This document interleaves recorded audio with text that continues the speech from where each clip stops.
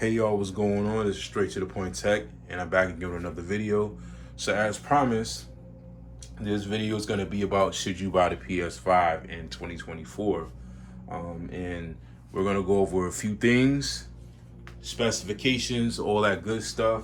So let's get straight into it, guys. So the PlayStation 5 released in the year 2020. And we know what all, 2020 entailed. We know what happened in 2020. A lot of bad things, but specifically the pandemic, the highlight of 2020. Terrible year, in my opinion. May all those who lost their lives to COVID rest in peace.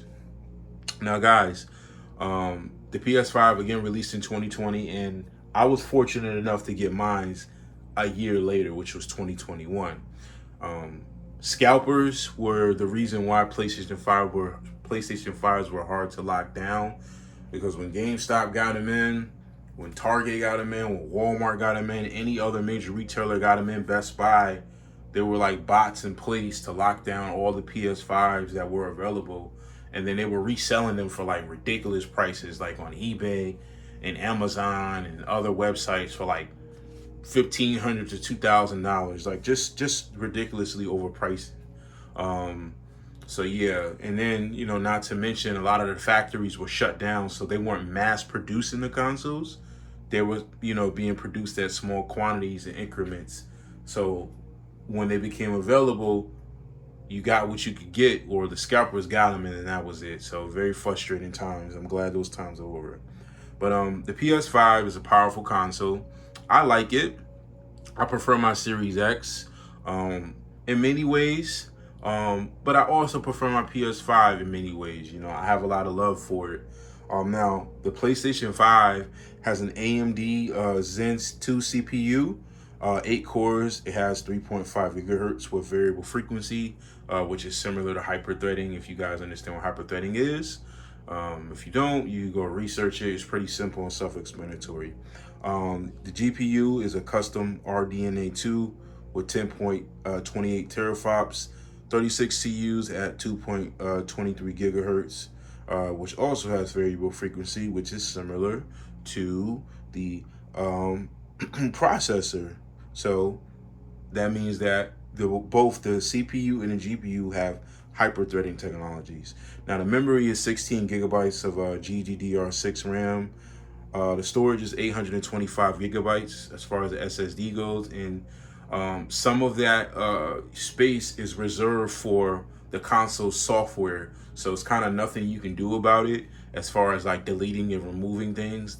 The only thing that you could do to expand the space is just get an SSD, a bigger one, like a 1 terabyte SSD, 2 terabyte, and then just swap the hard drives yourself.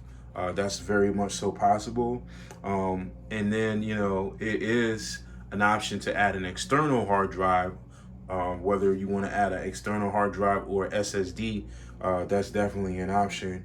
The optical drive is 4K ultra high definition as far as Blu-ray goes, so get those good movies in. I really don't know too many people who are even interested in Blu-rays anymore, especially in 2024. But that's something else to talk about in another video, I guess. And then it's backwards compatible as far as PS4 games, so that's good. That's a good thing on Sony's behalf, supporting the previous consoles library. A lot of people weren't able to get their hands on a PS5, so I know a lot of people still playing their PS4s. PS4 was a pretty good console, if you ask me. So I'm glad that they still decided to support PlayStation 4 and the consoles. As far as connectivity goes, now the PS5 does have a USB-A port, USB-C. It also has an Ethernet port as well. It supports Wi-Fi 6. I'm not sure why it doesn't support Wi-Fi 6E, especially in 2020 when that's considered modern times.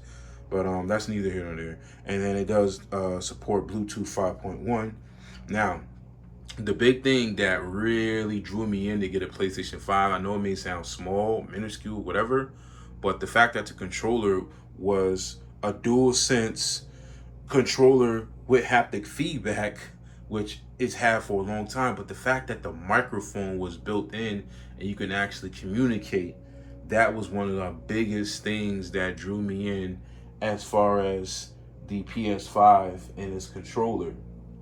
Um, I believe, Sony really took their time wanting to add like top of the line innovative features, and actually adding a microphone to the controller was just clutch. A lot of guys, were Turtle Beach headphones, wireless PlayStation 5 headphones, whatever, third party. And sometimes it can get annoying. I've had a pair of Turtle Beaches in the past and get annoying having them things on your ear. They're heavy.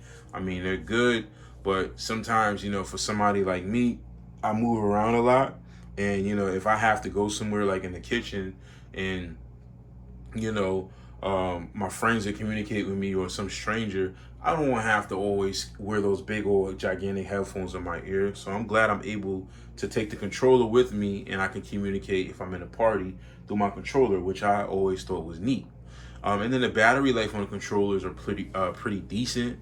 I haven't had any problems with the battery dying extremely fast. The good thing that Sony does also provide is they provide you an extremely long USB-C cable. So if your controller does happen to conk out, you have a long cable to where you can continue the game. You just plug it in and it charges still efficiently, even if you are playing your game with the controller plugged in via USB-C. So that was extremely great on Sony's behalf. I really appreciate that they considered that. Now, another thing where the PS5 shines, or another area is where the PS5 shines, excuse me, speech lost third.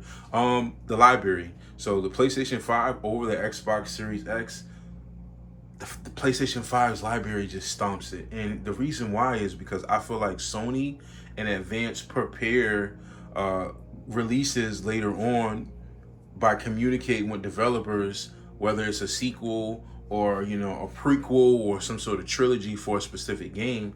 So by time the next iteration of a console is coming out, or the next version like PS6, they're 10 steps ahead. So the game's been in development for 3.5 to 4 years, even though the latest iteration of the console isn't out yet. And I feel like that's where Sony always shines, and they outdo Microsoft. This particular season isn't extremely doing well. No, excuse me. This particular season, as far as Microsoft goes, it's not the best. Let's just say that Microsoft is struggling a little bit in the gaming department. Now, they do have a couple games coming out soon, like Stalker 2, some other games, Fable. The Fable 2's coming soon, hopefully. I mean, they've been saying that for years. But they've got a few games coming up, but not of the magnitude that Sony's got. And I feel like that's where Microsoft is hurting really bad. They're hurting really bad in the gaming department because Sony always, for some reason, has a better library of games. I believe we're going into late third quarter or soon fourth quarter of 2024. And I mean, Sony's got a stacked library. So PS5 is winning right now in a major way. Again, I love my Xbox Series X. I prefer it. That's my number one, but I still got a lot of love for PS5, as I stated.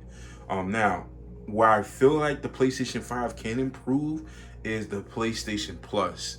Not per se the subscription. Subscription is okay, but the games that are available, it's just like, it's like, you guys ever got like a bag of assorted candy, and you're like, oh shoot, it's not only it's Jolly Ranchers, it's Twizzlers, it's Gushers. I mean, all the great candies you could think of. But for some reason, in that bag, there's Coca-Cola candy, and then there's like Tootsie Rolls, and then there's like some other strange looking candy like caramel peanut. And then you're just like, I'm gonna leave those alone. I'm just gonna, go for the candy that I like. I feel like that's what Sony kind of messed up at. They add some games that you like, but for the most part, they're adding games that no one's interested in. Like, for example, something random like, Duck Crossing or, Bike Boy. I'm just making up game names, but, we're not interested in those games. We want games that we're familiar with, or we want blockbuster hits from like PS1 and PS2 to be available to play. I'm not saying that there aren't any games available on PlayStation Network as far as blockbuster hit goes, You know, like the back in the day games, like the um, Kingdom Hearts and uh, what's the other game? Twisted Metals. I'm not saying those games aren't available. Ape Escape. I'm not saying those games aren't available, but there could be there could be more. There can be much more in abundance of games available to play. So I feel like this is where Microsoft is winning in the Game Pass department. Game Pass is stomping all over PlayStation Plus.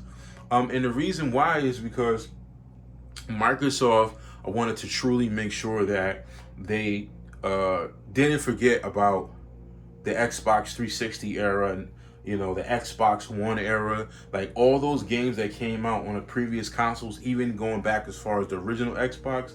They wanted to just make sure that they were still supporting like those games by actually giving fans the opportunity to play them via Game Pass. And I feel like that's what Microsoft is shining at, and I feel like they're only going to get bigger and continue to grow. So Sony should actually take a page out of Microsoft's book in that department to actually grow their online streaming services as far as video games go. So I tip my hat to Microsoft. Not to say again that the PlayStation Plus isn't good, but still they got to step their game up. Yeah, guys. I mean, again, if you ask me in 2024, is it worth it to buy a PlayStation 5? Yes. Just again, based on all the exclusives that are available, that's one. Number two, the controller is amazing. It doesn't, die quickly. The battery lasts extremely long.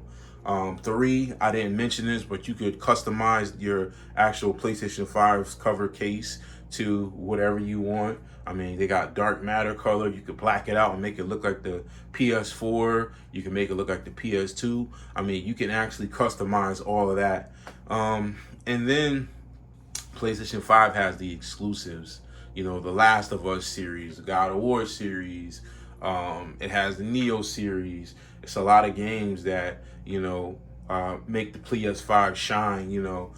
It may not be the console for you if you're looking for the experience of having, let's say, the previous iterations consoles hits available, like all of them, like, or 95% of them.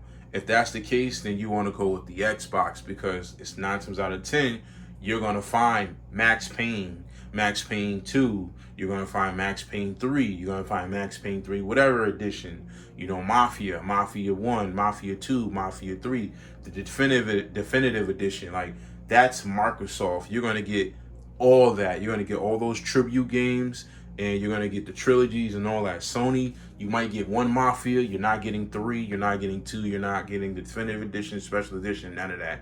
So yeah, but still a great console. I give it a 9 out of 10. Like I said, the improvements just need to be with PlayStation Plus. And I feel like it would, literally make Sony a contender in that market as far as like game streaming. I mean, that's the only thing that's, to me, that's the only let me say this. It's the only thing that's keeping the PS5, in my opinion, from being a 10 out of 10. The PlayStation Plus just needs more games. They need to expand their library and add like all those number one hits and the forgotten hits and stuff like that, and the games that aren't available in Japan, that are available in Japan only. Port them and make them English, translating them into English. Get the rights, and all that stuff. But I mean, again, I recommend it. It's going on year number 5 for both consoles, for the Series X and PS5. And let's just hope, going into 2025, we see like a dramatic leap in the technology as far as the PS5 and the Series X. Because think about it, both of those consoles, they have not been pushed to their fullest potential because of the pandemic, because of lack of developers during the pandemic. Some developers got laid off, some got terminated. Things happened. We lost some developers, unfortunately, due to COVID. But hopefully, going into 2025, we see both of these consoles pushed to the best of their ability as far as like graphically and as far as games. You know, like I said, I've never been one to like dig deep into the console wars. Oh, PlayStation 5 is better. The Xbox is better. This is just totally my opinion, guys. If I didn't like the PS5 or if I didn't like the Series X, I wouldn't have neither of them. I wouldn't have one or the other, but I actually like both consoles. And growing up, I've always had an Xbox and a PlayStation. You know, I've had Nintendo's, you know, GameCube in the past. I had the Switch, Game Boy, and you know, I've had the NES, SNES, all that stuff. You know, I've always had multi consoles. This is just the first time in years that I'm not messing with Nintendo. I have an issue with Nintendo, but we'll talk about that in another video. But yeah, guys, 9 out of 10 for the PS5. I definitely recommend it. Purchasing it in 2024, it gets my stamp of approval. But guys, leave a comment below. Let me know what you think. Definitely subscribe. Share this video. I definitely appreciate the like and thumbs up. And this is Straight to the Point Tech, and I'm out.